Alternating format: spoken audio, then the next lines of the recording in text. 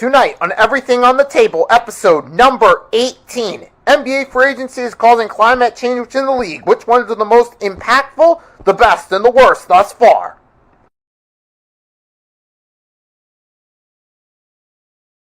To get there, he took the Orlando Magic from a dumpster fire to a respectable team in the East. He was there for the ride with Boston. He actually helped keep the Clippers' locker morale up and kept the chemistry going when the Donald Sterling situation happened. Well, this was by far the best quarterback draft class they had with Drake May, Caleb Williams, Jaden Daniels, and potentially Bo Nix. In my opinion, Bo Nix was a really good pick. Drake May was a great pick, and of course, Caleb Williams is also another great pick too. And I think Star Wars Battlefront 1 and 2, the best games I've ever played as a kid. But then those rock fans that aren't necessarily fans of artists from a different genre going in, the best solution would be just have a Hall of Fame for hip-hop, have a Hall of Fame for rock, bam, opportunity for names throughout the industry to get inducted, such as Nas, Wu-Tang, 50, you can put them all the big names in. And then the same goes with the Rock Hall of Fame. You still got your Nirvanas, of course. Pretty much your big four grunge, easy get in if you separate them. Even Green Day should definitely be inducted to the Rock and Roll Hall of Fame, or they was inducted. But Green Day, Nirvana, even I think Marilyn Manson should get in there as well.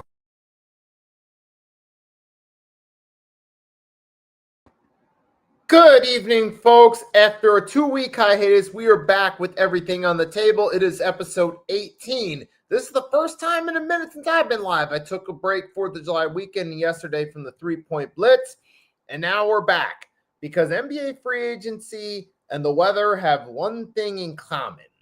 It feels like the climate's changing. For climate change believers, the weather in the East Coast over the weekend confirmed it, and for the NBA, this is the most league climactic change in free agency since 2019 when the super team Warriors got split, Kyrie, KD to Boston, Kawhi went to the Clippers, so on and so forth.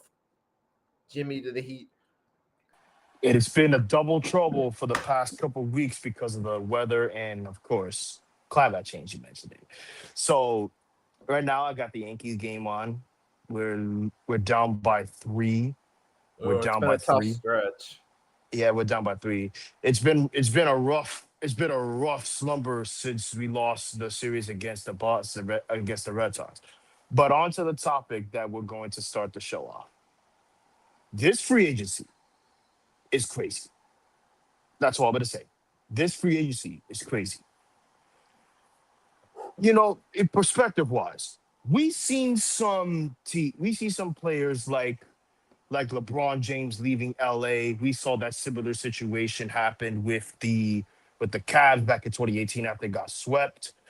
We've seen the Raptors, the Toronto Raptors, who went from a solid team to a championship underdog in the Eastern Conference. A third thing I want to mention is Julius Randle. I know Julius Randle went to Brooklyn because of that trade that Sean Marks or Minnesota had to do. It was fine for both parties, but I think, in my opinion, I know the reason why they traded Julius Randle. One, they want to free up his cap space. 2, they are looking for a co-star player aside from Anthony Edwards and Rudy Gobert. And 3, I think Isaiah Evans was a really good choice, in my opinion. But Jaylen Brown to the Sixers, I'm starting to see a pattern.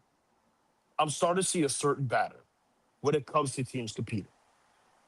Jaylen Brown, Tyrese Maxey, Joel Embiid, VJ Enschkov. That, if you think about it on paper, that looks like a very good core, if you think about it.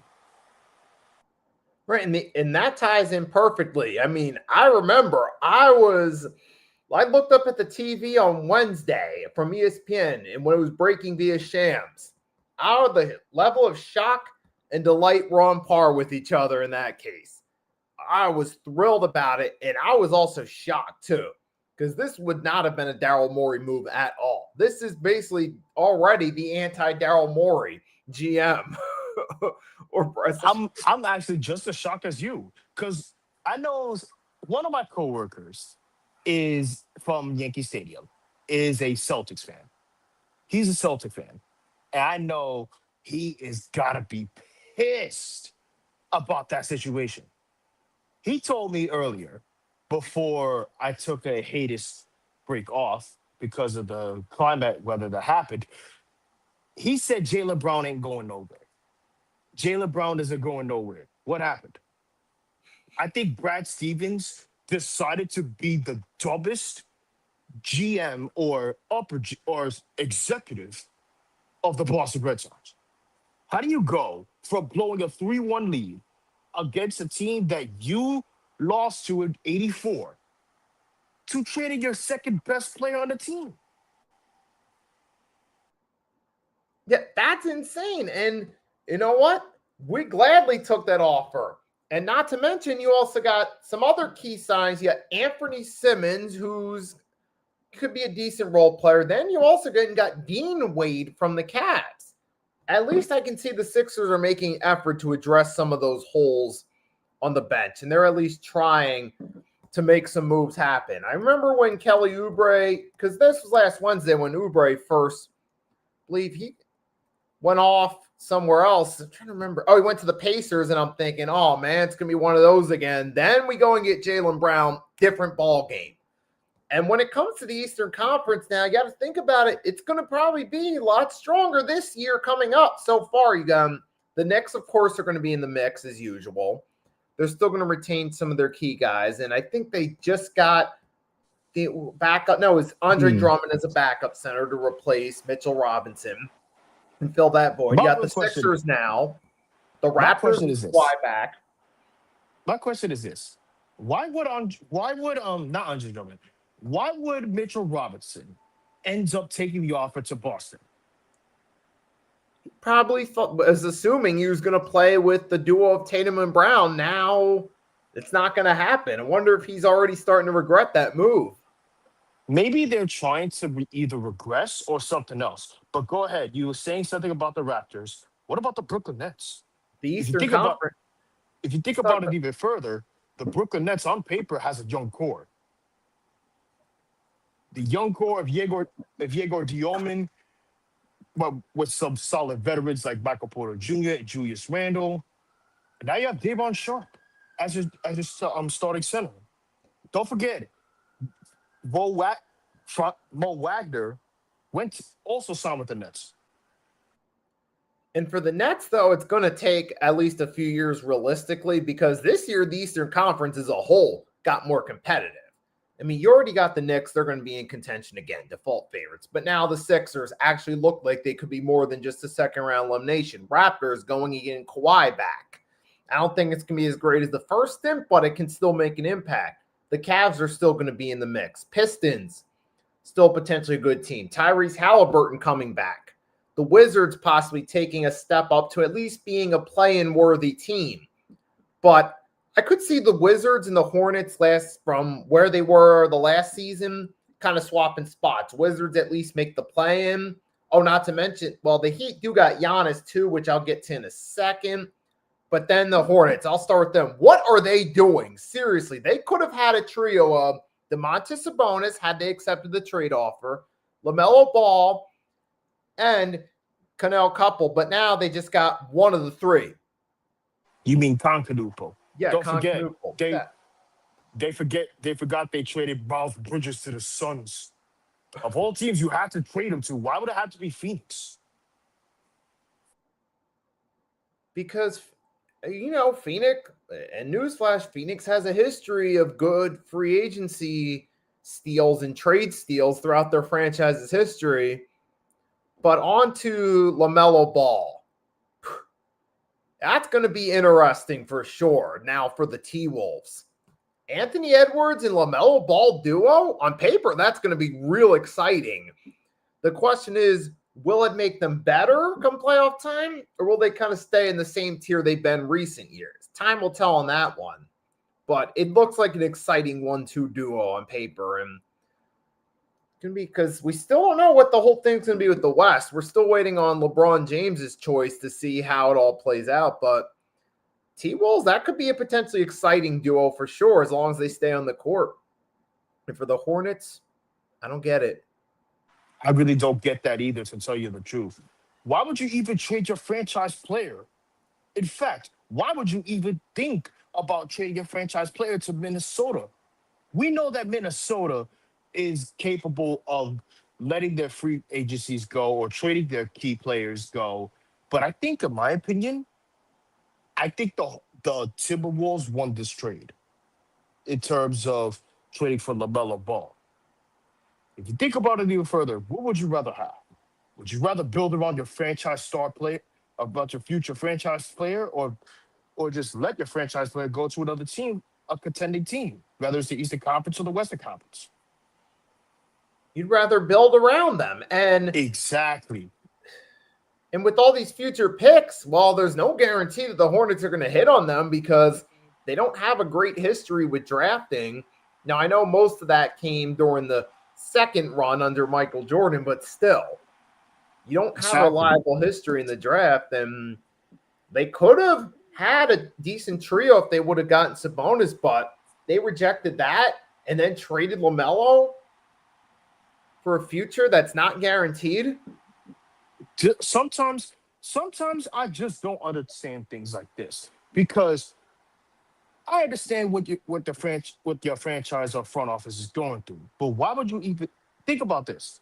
Jaylen Brown is your second best player on the Boston Celtics. On paper, with that big three of Jason Tatum, Jaylen Brown, and of course Mitchell Robinson, that's a really solid core if you think about it. But why would you even trade your second best player to the team that you blew a 3-1 lead to, ultimately just finding ways to give up? You really want to give up after that work you just pulled? You just put in a projective top 5 team in the Eastern Conference. Now you have an opportunity to be a playing contender team. As for the Brooklyn Nets, well, I don't see us tanking this time. I could see us as a surprising team. Think about this. Last year, Diego Demon had a surprising year before he got hurt. Michael Porter Jr. traded for Cameron Johnson, only for him to magically do better on a real system. Now you have Julius Randle back to New York, but in the Nets uniform. In my opinion, I think this, on paper, it could be an improvement, but I could see us as a surprising team. That's my hot take. Brooklyn could be a surprising team this year, depending how they develop their younger players of Diego Diomand, Mikael Brown Jr., and of course, Nolan Traore. That's if they develop their core properly. And out east, I love what we're seeing right there. But also out west, we've seen the news that surprised everyone. LeBron James is a free agent. Now the discussion begins. And I get a feeling this is going to extend and drag out a little bit. Well, at least the headlines about it will. But now, guess, what are the realistic options? Maybe the Golden State Warriors. Maybe. Miami Heat return, maybe to form a big three with Giannis and Bam. It could happen. The Sixers, if he's willing to take the cut.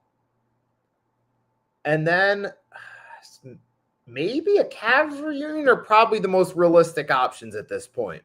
Speaking of the Cavs, they just signed Donovan Mitchell.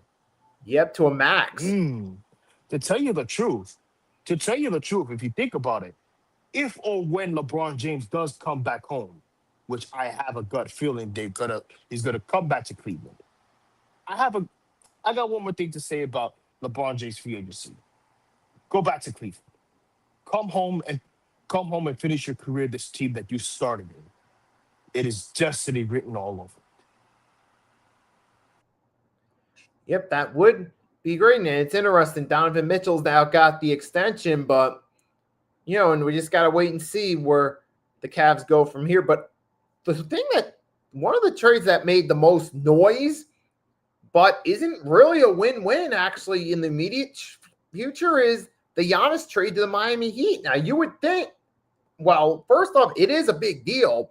It makes the Miami Heat relevant. I'm sure will boost jersey sales in the 305 area in the short term and probably boost some ticket sales for home games. But now you gave up a lot of your bench piece. You gave up Jacquez Jr., Tyler Hero, your most notable depth pieces in that were part of that trade. And now you got Bam, Giannis, and you're really going to have to hope that somebody steps up off that bench, because I'm really trying to look for a third reliable option now. It's like, yeah, you got Bam, who is off an excellent season and making history. Giannis, who, when he's still healthy, is an impact player, but has been in and out of the lineup with injuries for years now. And that's a duo where you still need some depth on the team, at least a good three-point shooter, one or two good defenders, someone who's good for rebounds, something. And yeah, that's a lot of risk involved. You better hope that duo stays healthy if you're the Miami Heat. Worst case scenario, long term, I think Milwaukee might have won the future. Long term, Milwaukee won the future, but I think the Heat won this trade overall, so far, as of for now. Now, the next thing I want to talk about is the NBA tournament that's coming up this fall. In my opinion, we've seen the group stage announcements. I think Group A, you have Detroit, you have Milwaukee, Indiana, Orlando, Brooklyn. 5 teams.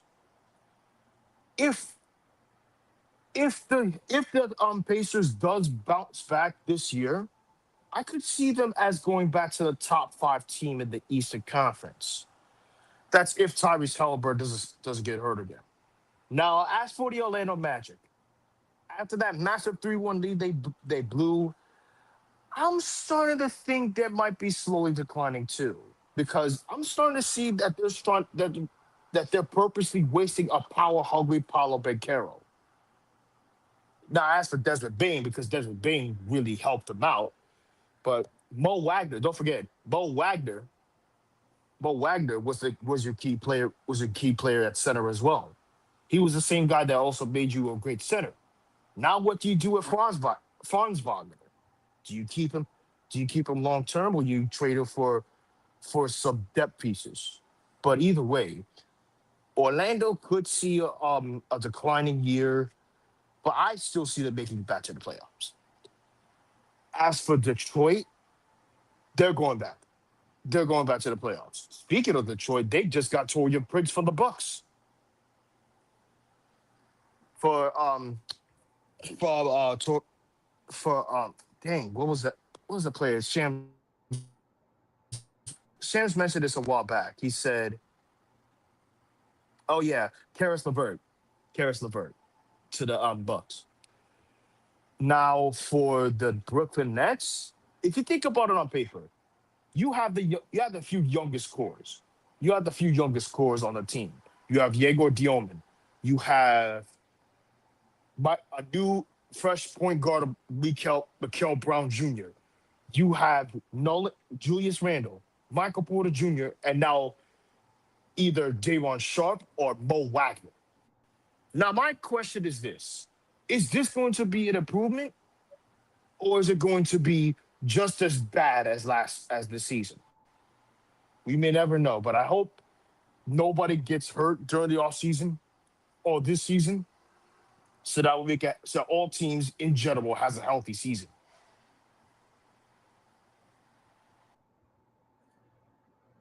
Yeah, and there's one.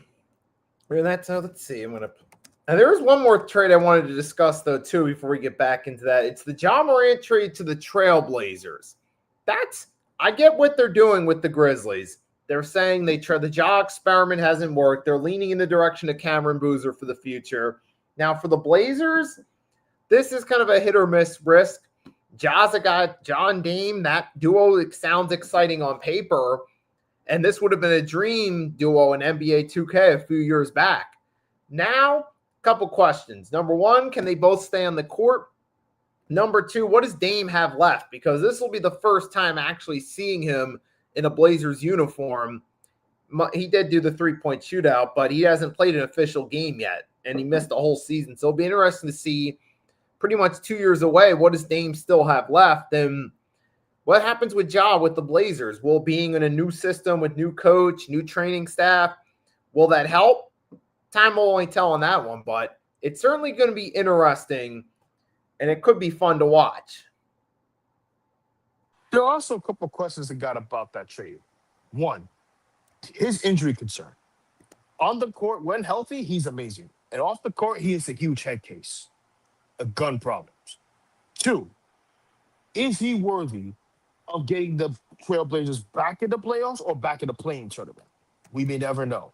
And number three, how much does Dame Dollar have left? I don't know. But I hope he can own the Thunder like he did a couple years ago. And that would certainly be epic if he were able to do that, man. Because, hey, Damian Lillard's still one of the most likable players. He still is one of the biggest names. And back to the Cup itself, the one that catches my attention the most for the groups, the East B, got the Knicks, Cavs, Sixers, Heat, and Pacers. Got the Knicks defending champs. Cavs still likely contenders. You still got Donovan Mitchell on that max deal. You got the Sixers, one of the most hyped seasons for them in years. The Heat will be interesting to see. Bam and Giannis, will they stay healthy? Pacers, we're expecting Halliburton to be back. We'll see how that can help them out. Plus, Kelly Oubre Jr. is a pretty nice pickup for him too. So there's that. There's at least, as far as the Eastern Conference teams, the one that catches my attention the most in terms of games to look forward to. The C group, you got the Hawks. See how that Jalen Johnson build goes. The Wizards, I'm interested to see how that new trio is going to go right there. And plus, who did they get earlier today? It was DeAndre Ayton as well. You got that, Yeah, the Hornets and Bulls, Celtics. We'll see. So the next thing I want to talk about is something that is happening to the gaming world. Sony and PlayStation are ending physical copies as of 2028. In my opinion, I am as shocked as everyone is. Because I get it. Rockstar was trying to do like a GTA 6 pre-order sale, and they already sold millions and millions of copies. Come 4 months from now. But my real question is this: why would Sony and Microsoft end their physical copies of both Xbox and PlayStation, one of the most beloved companies since '94, and of course 2001? 25 years. 25 years. You've been doing physical copies, and now you're deciding to ending them? Who in the right mind? I understand because the technology world is evolving and all that type of stuff, but us gamers, don't you think we still need to buy physical copies over digital copies? Heck, even Hideo Kojima, the creator of Metal Gear Solid, said it's frightening.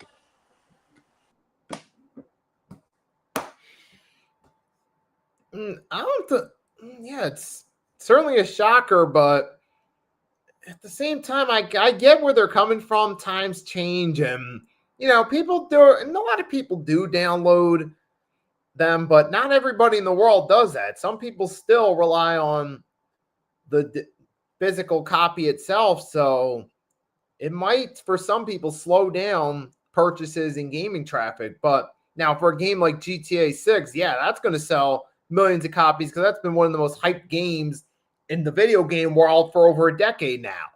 And now that's happening, of course it's going to make millions. And it's not just millions. It was considered as one of the most anticipated games of this year.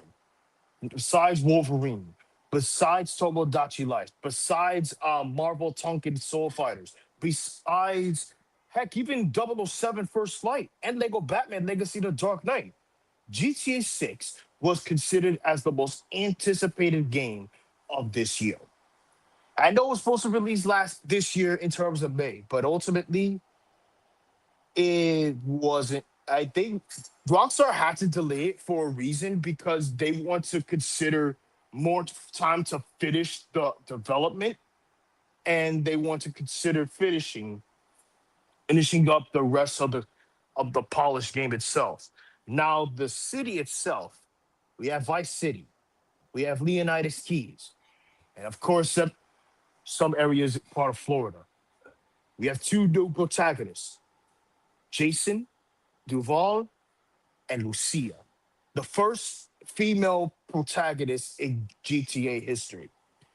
Now, I know a lot of people are addicted to GTA girls, including myself. Now, I completely understand the cover wise, but having having some female characters help you out, I understand. But some female antagonists like Catalina and what's that? I think I think Molly, yeah, Molly from GTA 5.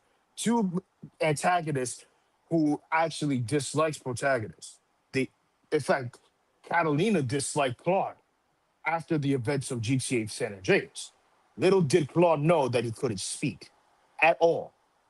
But in GTA 5, in one of the missions, Michael had a episode with Molly, and things didn't turn out really well as Devin Weston expected. So my real question to them after the GTA update, the final update of GTA 5, which is the Courts Center heist. One, will we have will start one? Will we be having will will it be much more better than the fifth game? Two, will it have more heists than the previous game and eventual online mode? Three, will the protagonists betray each other like they did in GTA 5? Five, will this game become as the best game since GTA 5 and GTA San Andreas, as the highest selling game of all time?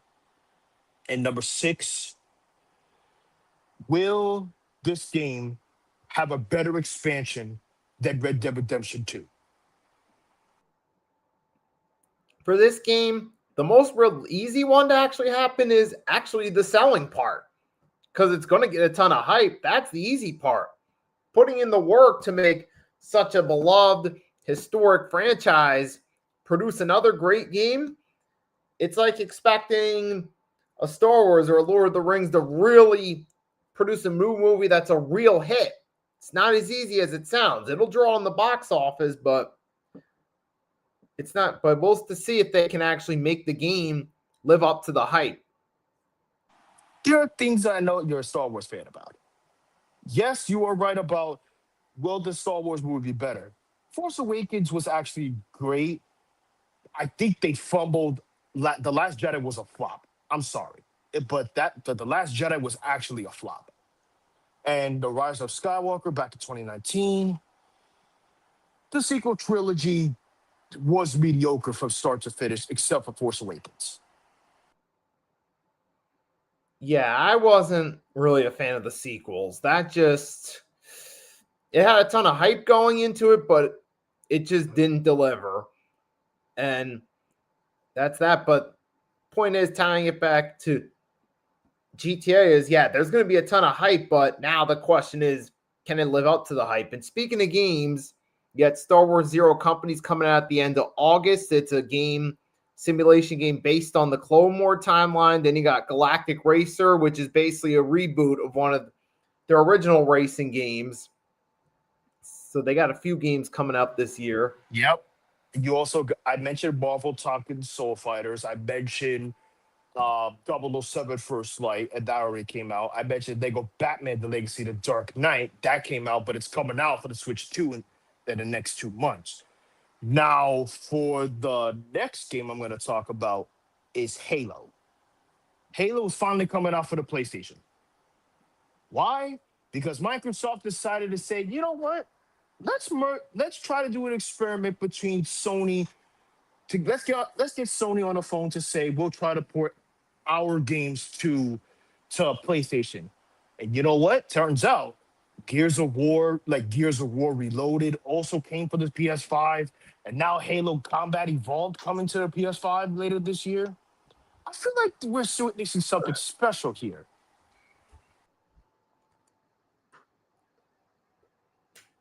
Yeah, and yeah, man, there's a lot of hype going on, and also too, you're gonna have Madden 27 coming out with Caleb Williams on the cover. We know that when it comes to Madden, just the McCurt cover in general, it's not always been the most friendly history. And I started thinking because I saw a post on IG listing all the quarterbacks that have been on the cover of Madden. We started with Dante Culpepper, Madden 02. They were Kurt. That was a curse year. He got hurt. You had McNabb, Madden 06, the sports hernia, Madden 08, Vince Young, year 2, statistical fall off from the previous year. Madden 09, Brett Favre season with the Jets.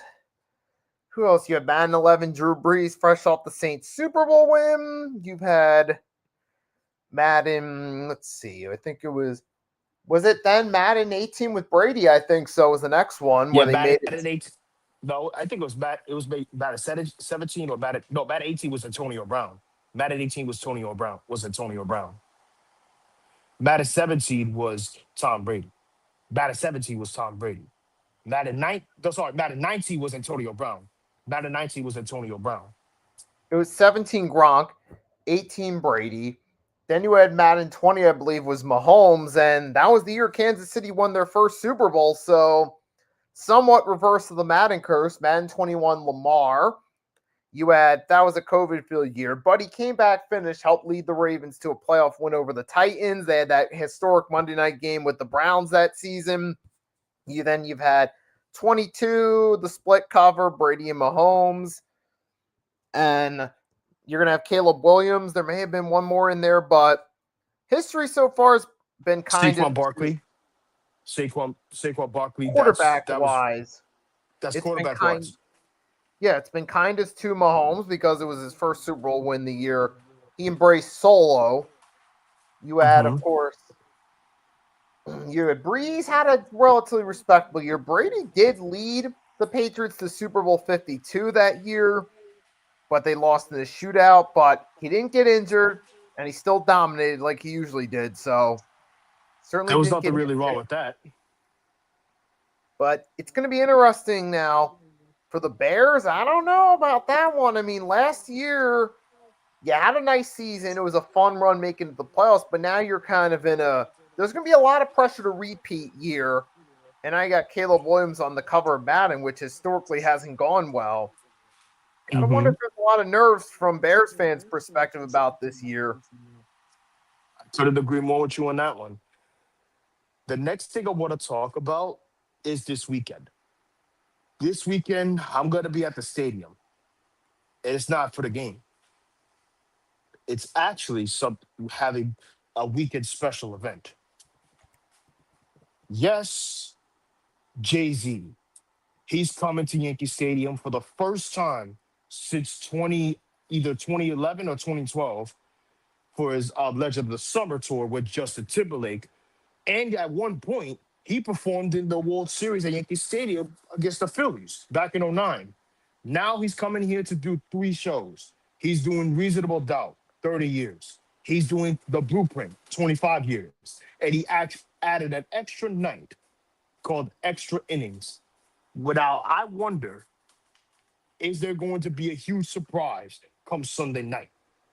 I already know the lineup for the 30th anniversary of Reasonable Doubt and 25 years of The Blueprint. I'm going to be working those days. And speaking of those days, he has a pop-up shop near Yankee Stadium, which is happening currently. And then the following week, Fanatics Fest, one of the biggest events in in sports fans. It started in 2024, then 2025, now 2026 at the Javits Center. Now, my real question to you is this. If you are a diehard fan and wanted to go to sports conventional events, would you ever go to one eventually? If given the opportunity and I had time to put in my schedule in advance, absolutely. I'd love to see what they have in store and see see what they have in store, all the fun posters, possibly videos, possibly people to meet. It would be make for a great weekend. Because I already got my stuff planned. And I do plan on meeting like Yankee players, Giants players, and wrestlers. I do plan, however, on meeting one of the Knicks players. No, it's not Jalen Brunson because it's highly expensive, crazy expensive. I do, however, plan on seeing one of the players that I grew up watching the most, potentially. That's Iverson. Iverson, I grew up watching. And Allen Iverson was the main reason why I love the Sixers. Came from Georgetown, 90s, 30 years ago. Had a had a great one-on-one against Jordan. Went really well. And then ultimately, over time, Iverson became one of my few great players I grew up watching alongside the New Jersey Nets, the New York Knicks, and of course the Philadelphia 76ers. Yeah, I mean, he's the guy who pretty much he has one in terms of most influential players in NBA history, from on the court style of play, their personality, fashion accessories, etc. Allen Iverson was a huge influence in NBA historically. A lot of people started doing their dreads like Iverson. A lot of people started wearing hip hop accessories in the NBA because of Iverson. The real crossover into hip hop culture becoming a predominant force in the NBA publicly was part because of Allen Iverson. He played a key role in that transition. To tell you the truth, that one thing that I like about Iverson the most is his practice quote. You're not getting thrown out of the game, but getting thrown out of practice? That's what Ben Simmons did. Ben Simmons got thrown out of practice. Not a game, but practice? That's the reason why you got traded to Brooklyn. Wow, I if you wanted to ever talk about a career trajectory that feels like goes straight out of the Twilight Zone or a plot to a remake of The Matrix, it kind of does to a certain extent because Ben Simmons from 2021 onward to say Kwame Brown, one of the biggest draft bust poster child in NBA history.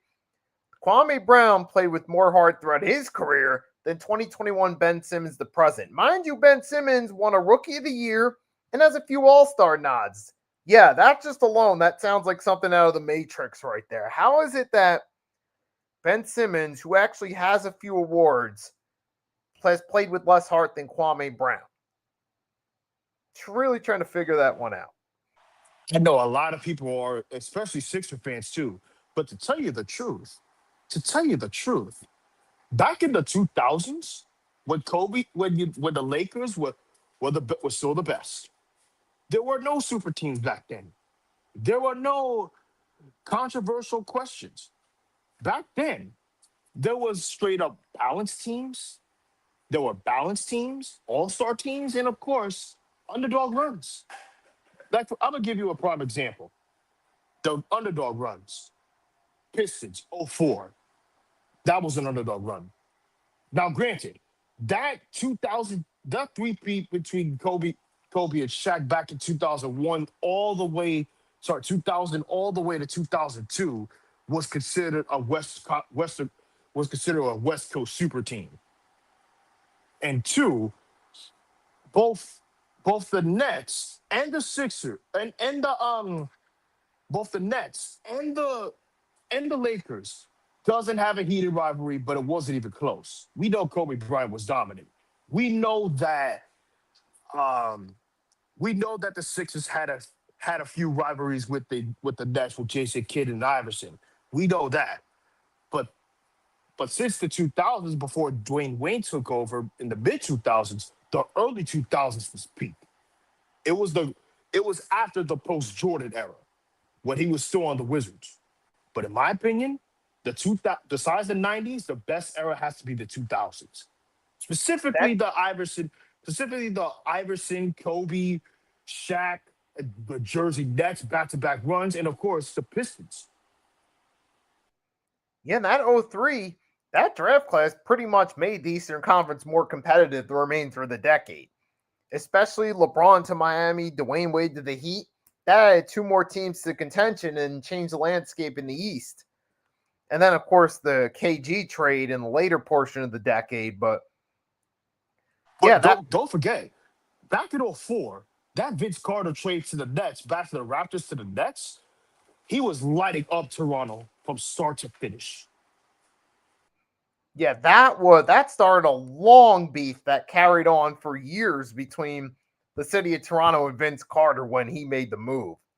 Toronto viewed him as a Benedict Arnold, and they booed him every chance they got. And this even extended into NBA Live 10 when Vince Carter just got traded either or signed in free agency with the Magic after his Nets run.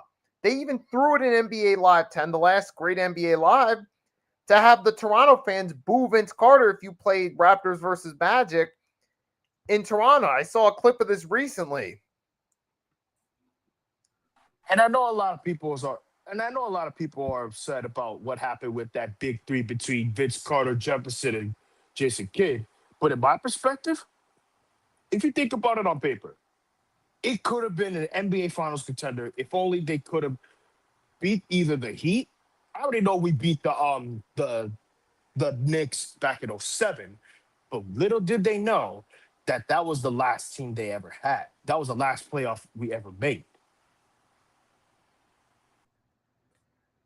I mean, hey, all sports, you have their hyped up teams that either live up to the hype, the teams you don't expect that surprise everyone and make a run for a little bit, or the teams that live up to the hype and absolutely dominate the world for a while. And a lot of people till this day say that what if that Nets team back in 2003 against San Antonio could have went to 7 games? Because in my opinion, I already know Tim Duncan and Tony Parker were too strong during that time, and alongside Emmanuel Ginobili.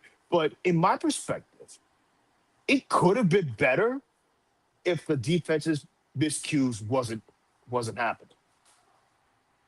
And plus it too, it came down to the Spurs had the more complete team from top to bottom. You still had David Robinson, who wasn't at his best individually, but he still brought the basketball IQ and the leadership presence to that team from a moral support standpoint. You also had Bruce Bowen, who was one of the better defensive players that time. Steven Jackson was a good role player for that team. So you also, I believe Brent Barry might have been there too, who was a good three-point shooter. It ultimately boiled down to the Nets. They had the right pieces to get through the East, but they didn't have the depth to compete against the Western Conference teams. You know, a lot of people have been saying that back in 2002, it was considered either a great year or a down year. But considering back in 2002 when you had the Tampa Bay Buccaneers winning their first Super Bowl, then you had the Los Angeles Angels winning their first championship, and of course the Lakers three-peat.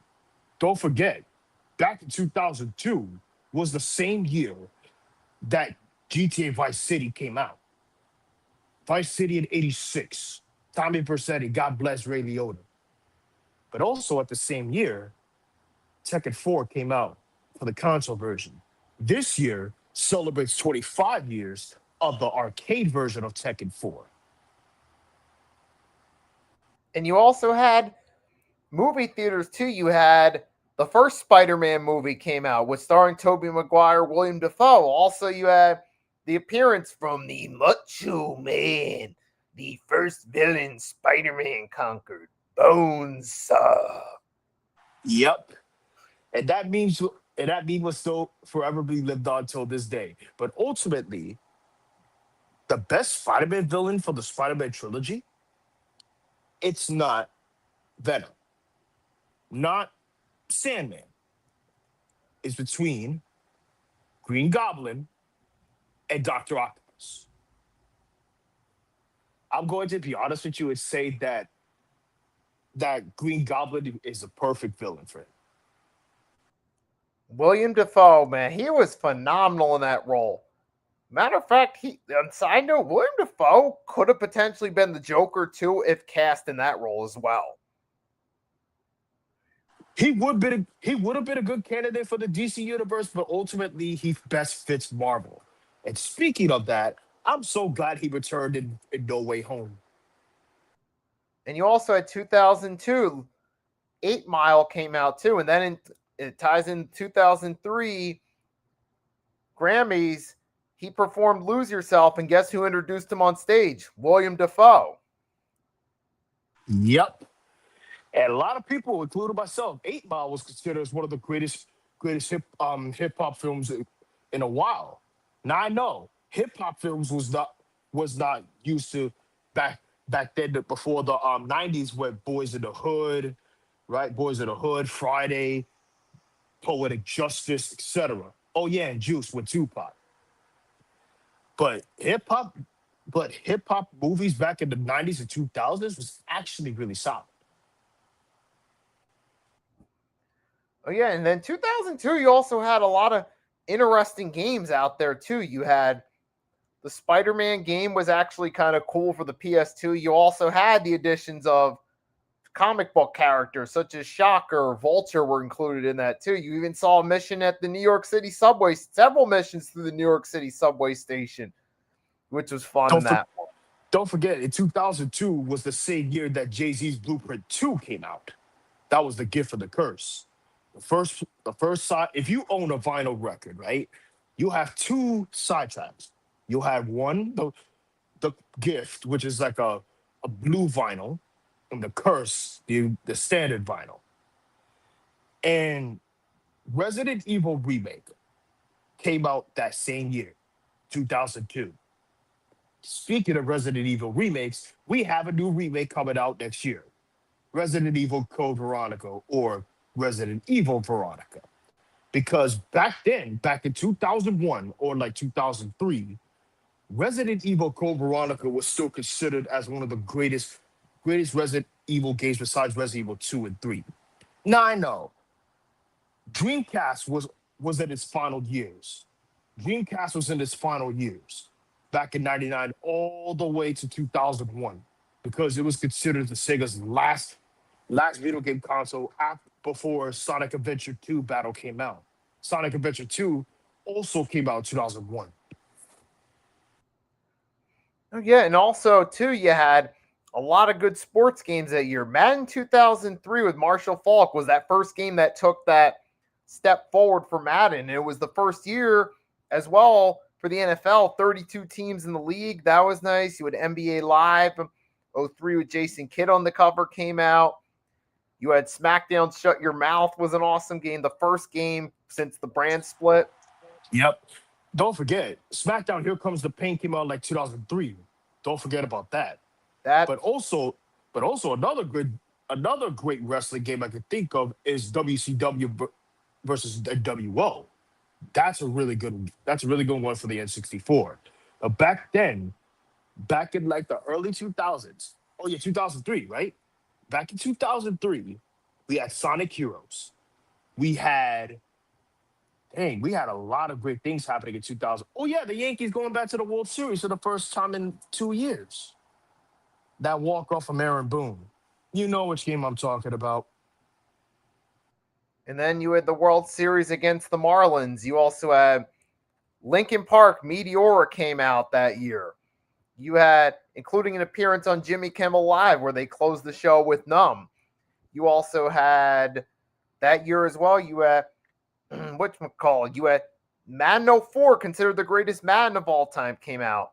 And I gotta say, that playoffs, was probably the greatest playoff series of my lifetime from start to finish. You had wild card round, historic overtime, Seahawks Packers. We went the ball, we're gonna score. Yep. Jinxed. You had Titans Ravens, last second field goal from Gary Anderson. The divisional round, you had two NFC overtime games, double OT, Rams Panthers, Steve Smith Sr. walk-off touchdown, first play of the second OT. 4th and 26, Eagles Packers. You had Colts Chiefs had a shootout. Peyton Manning and Tony Dungy get the win at Arrowhead. Then you get Patriots beat the Titans. Carolina Panthers complete the underdog run to the Super Bowl. The first playoff matchup between Brady and Manning. Patriots beat the Colts. And you had a pretty underrated Super Bowl between the Patriots and Panthers, too. You know, this, you know what would be cool? A what if scenario Super Bowl. What if Tom Brady faced Cam Newton in the Super Bowl? Would that make a huge difference? Potentially, especially for the Patriots on the defensive side of the ball, because that Broncos defense, to me, was the last truly great defense that won a Super Bowl. Because since then, the tide has switched a little bit, but yeah, that was historic. The Patriots defense would be a more favorable matchup for Cam. But then again, the Patriots defense was always a favorable matchup for Cam. The Monday night game 2013, 2017, where he showed a flash of his MVP self. So it would have been a different matchup for sure. Don't forget, back in 2003, Jay-Z's Black Album came out as well. The Black Album from Jay-Z also came out in 2003. It was considered as his last album, but Jay-Z had some other plans to do with his career over time. You had 03, you had the greatest player in NBA history, considered by many, played his final game in Philadelphia in April 03 in a Wizards jersey against the Sixers. The 03 draft class, the draft class that changed the league in the long term, happened that year. Yep. Everything from 2000 and to 2004 was considered a GOAT year. Was considered the GOAT year. Not because the movies, TV shows, etc., and movies, etc., but specifically the lineup between the cartoon wars between Nickelodeon and Cartoon Network. Because during Cartoon Network, you already had your usual tradition of Powerpuff Girls, Courage the Cowardly Dog, etc. But little did they know, back in 2003 or 2004, was Dragon Ball Z, Naruto, and One Piece. Naruto was a future upcoming anime. Until this day, Naruto was considered as one of my few good childhood animes I grew up watching from start to finish, besides Pokemon. Reason why I have my Akatsuki gear is because I know I haven't watched Naruto Shippuden, but I know for a fact that the Akatsuki gear that I have in the background with a Giants gear is because the Akatsuki was well recognized as one of the greatest villainous clans in Naruto history.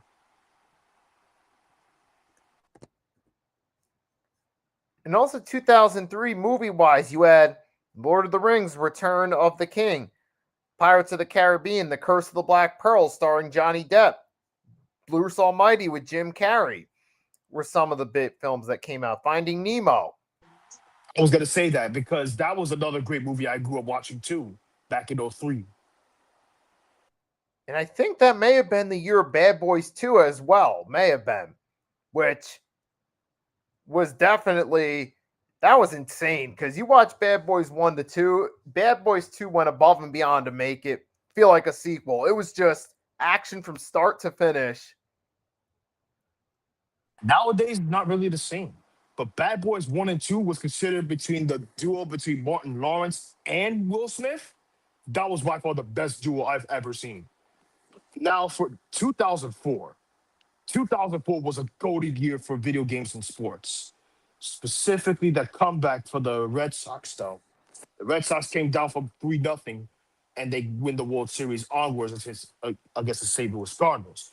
Now, for video games was stacked. You had GTA San Andreas, Def Jam 5 for New York. You had Madden 2005. Don't forget NFL Street. Oh, yeah. Speaking of 2003, you didn't mention one more game. My favorite basketball game of all time, NBA Street Volume 2. How could you not forget about one of the greatest street basketball games of all time since and one? In my opinion, I know NBA The Run is already out, but NBA Street Volume 3, you can never forget about that. NBA Street Volume 3 was considered as one of the greatest. You could play as street, you could be a legend. You could play as NBA stars. You could even play the three Jordans. His rookie year, his prime years back in 96, and the Wizards Jordan. Now the NBA legends. You had Dr. J. It is ABA days. You had Larry Bird, the great Larry Bird himself. Don't forget, you also had, oh yeah, Bill Walton, God bless. Bill Walton, Claude Drexler, Will Frazier, or Will Chamberlain. Don't forget Magic Johnson. Magic Johnson and Pistol Pete Maravich. Right, and 2004 video game wise, it's insane the number of games that came out. Actually, NFL Street 2 came out right around Christmas time too. So you got the original in January, and then the second one, which I say gameplays wise was better than the first. And that was Both that right there. both gameplays of NFL Street and NFL Street 2 was considered the best. You had NFL 2K5 with Terrell Owens on the cover. That was another phenomenal one. NBA Live 05 with Carmelo Anthony on the cover. The first game to introduce the All-Star Weekend, which was, I had so much fun doing the three-point shootout and slam dunk contest in that All-Star Weekend mode in that game. It was a bit excessive. Me too. During that Madden NBA Live 05 game was considered as one of the few great NBA Live games I've ever played. Specifically the All-Star game. You mentioned that it was the first All-Star game. And since then, it's been ongoing. Especially the slam dunk contest. You could create so many exciting combos of participants for that. You could do like Kobe, T-Mac, LeBron, and Jay Richardson. Then another contest later, you could do Vince Carter, LeBron, Kobe, and T-Mac, or Vince Carter, T-Mac, Kobe, and say Jerry Stackhouse. So you could just come up with all different types of combos for that. That would make it exciting to play in. Yep. A lot of people, including myself, enjoyed it too. Because back then, it was also a great great year for movies as well. Don't forget, 2004 wasn't just a golden year for movies and TV shows and video games, but also movies as well. The Incredibles, Harry Potter, Prison of Azkaban, that was considered as the best movie in the series.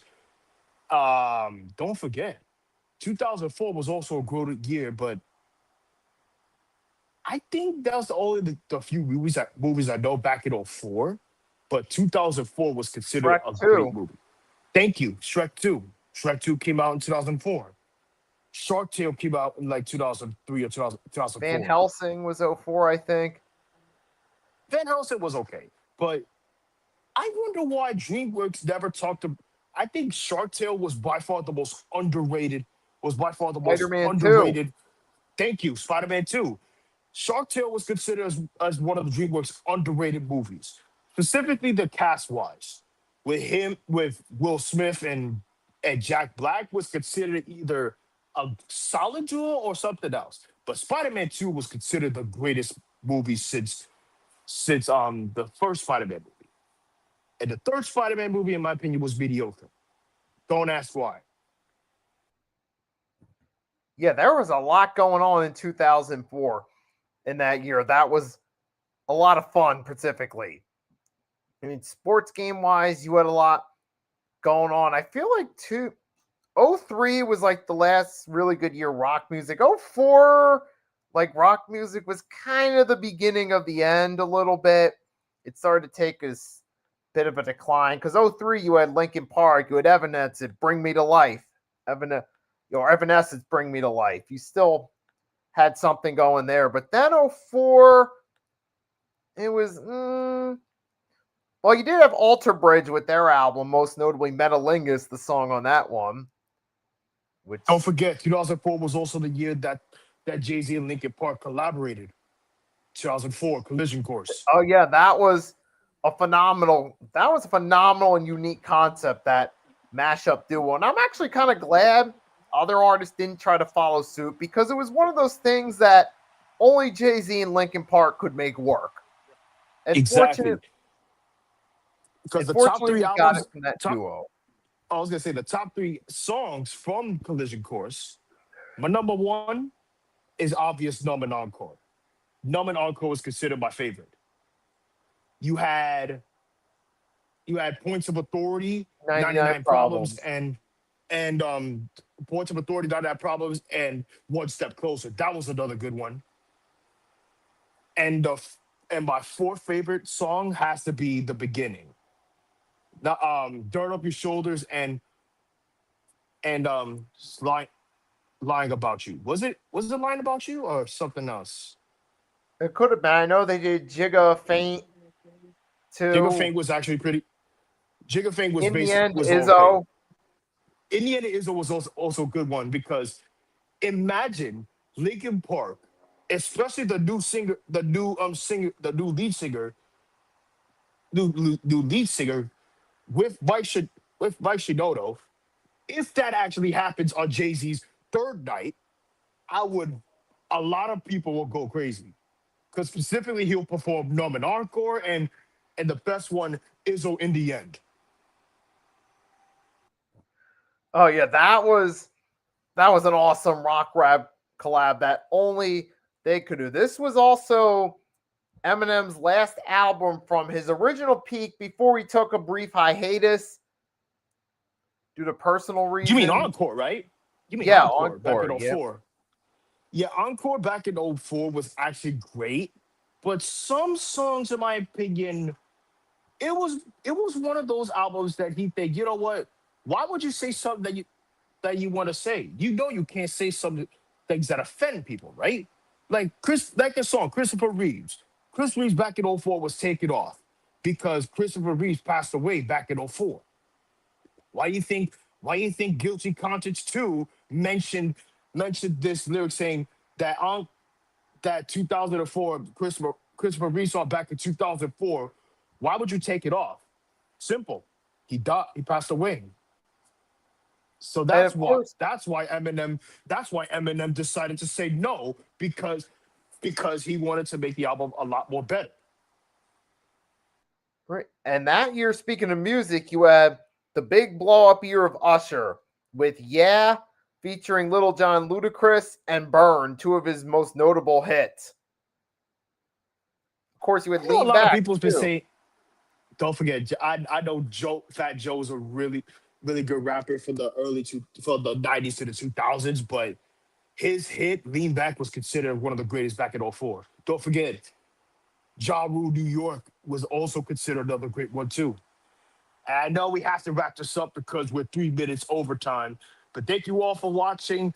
This has been your boy Agent Warrior X and Nikki and my coworker Nikki's co-host Nikki C. Sorry. Until next time, goodbye, my friends, and I'll see you all next Tuesday. Guys, thanks for tuning in. And until next week, for Nikki Stees and Adrian Warrior X, we'll catch you later. Let's see what more exciting stories come up, or we'll see what other memories around the world we can talk about next week. So until then, peace. We'll